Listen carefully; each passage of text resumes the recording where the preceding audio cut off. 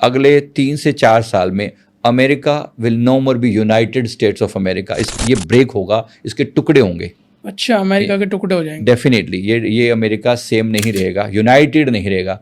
कुछ part America रह जाएगा, बाकी जो बहुत सारे कंट्री से अलग होंगे। जैसे यूएसएसआर के कभी हुए थे और रशिया बना था, वैसे ही अमेरिका में अमेरिका खाली रहेगा और बहुत सारे स्टेट अलग हो जाएंगे। अच्छा, मुझे 7-8 दिखाई दे रहे हैं, ज़्यादा कम ज़्यादा भी हो सकता है, डिपेंड करता है समय पर, बहुत सी बात होगा। लेकिन ऐसा दिख रहा है कि यूनाइटेड नहीं रहेगा ये। इसने दूसरों के, हमेशा दूसरों को तोड़ा ही है ना। इसने जगह जगह पर आग लगाई है, इधर अपने हथियार बेच, इधर अपने हथियार बेच, दोनों को आपस में भिड़ा और अपने हथियारों को बेच के। लेकिन अब इनके विनाश का समय है। अगर मैं एज ए कंट्री देखूं, as a past life regression therapist देखूं, तो पूरे कंट्री के विनाश का समय है ये। अच्छा, दूसरा सेम कंडीशन यूरोप में आप देखोगे, सिमिलर टाइप कंडीशन। जी।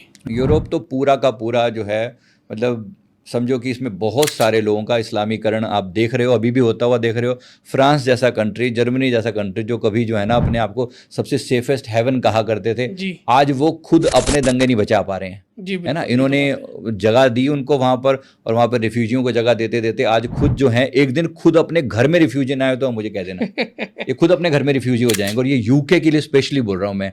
यूके ने भी इतना, मतलब इंडिया के ऊपर जो अत्याचार किए हैं, सोचो ना।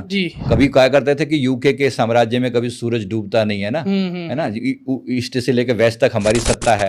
आप इनको अपने घर में सत्ता नहीं मिलने वाली, क्योंकि इन्होंने हमें या अन्य कंट्रीज को भी उनके घर में रहकर गुलाम बनाया था ना। हाँ जी। आप देखना, ये खुद अपने घर में गुलाम ना बन जाए तो मुझे कह देना। सर वो तो वही ना, कर्मा रिटर्न्स बैक। हाँ, एग्जैक्टली। अब ये इनका टाइम है। यूके के भी जो ना 5 अलग अलग कंट्री से मिलकर 6 अलग अलग कंट्री है शायद वो, तो 5 या 6 कंट्री इसमें से अलग होंगे। इंग्लैंड अलग होगा और बाकी ब्रेक होंगे, ऐसे करके। तो ये जिन्होंने दूसरों के घरों को तोड़ा, इंडिया पाकिस्तान का बंटवारा किया ना, ऐसे सब जगह इन्होंने बंटवारे कर करके लोग अपनी रोटियां सेकी ना। आप देखना परमात्मा इनके ऊपर कैसे रिवर्ट करता है। तो ये चीजें दिखाई पड़ रही हैं और बहुत क्लियर कट नजर आती हैं। अब ये बात है कि क्या वो, मतलब पूरे कंट्री को सजा क्यों मिलती है जी? कोई पूछ सकता ना कि कंट्री को सजा क्यों मिलती है? उनके लोगों ने क्या बिगाड़ा?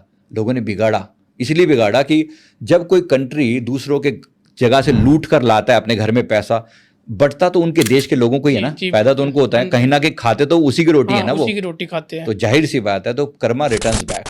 कर्मा छोड़ता नहीं किसी को भी, और यही भुगतान जो है यूरोप को भुगतना पड़ेगा, यही भुगतान अमेरिका को भुगतना पड़ेगा।